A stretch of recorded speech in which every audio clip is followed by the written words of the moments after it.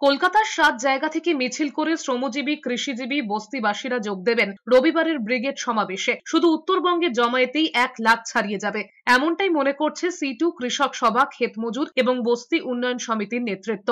শুক্রবার সাংবাদিক বৈঠক করে অনাদি সাহু, নিরাপদ সর্দার সহ অন্যান্য বাম নেতৃত্ব জানিয়েছেন, কেন্দ্র রাজ্যে দুর্নীতিগ্রস্ত সরকার চলছে, কেড়ে নেওয়া হচ্ছে কৃষিজীবীর পাট্টা, চলছে বস্তি উচ্ছেদ, শ্রম কোড এনে শ্রমিকদের পরিণত করা হচ্ছে দাসে। এর সঙ্গে যোগ হয়েছে বেকারত্ব। সারা দেশেই শ্রমিক, কৃষক, সাধারণ মানুষের জীবন জীবিকার উপর আক্রমণ শানিয়েছেন কেন্দ্র।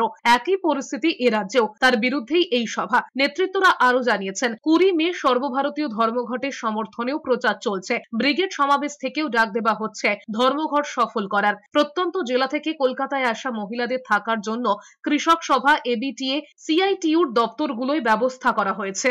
ব্রিগেড প্যারেড গ্রাউন্ডের সমাবেশে আসার জন্য ইতিমধ্যে উত্তরবঙ্গের জেলাগুলি তাদের যাত্রা আজকে সন্ধ্যে থেকে স্টার্ট করেছে। তো লক্ষ লক্ষ মানুষ ব্রিগেড প্যারেড গ্রাউন্ডে আসবে।